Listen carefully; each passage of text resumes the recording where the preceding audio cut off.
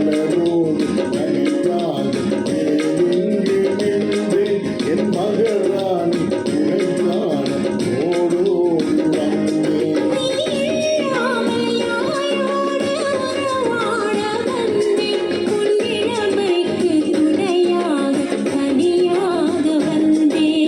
மலரோடு தனியாக ஏனெங்கு நின்றேன் என் மகராணி உனைக்கான ஓடோடி வந்தேன்.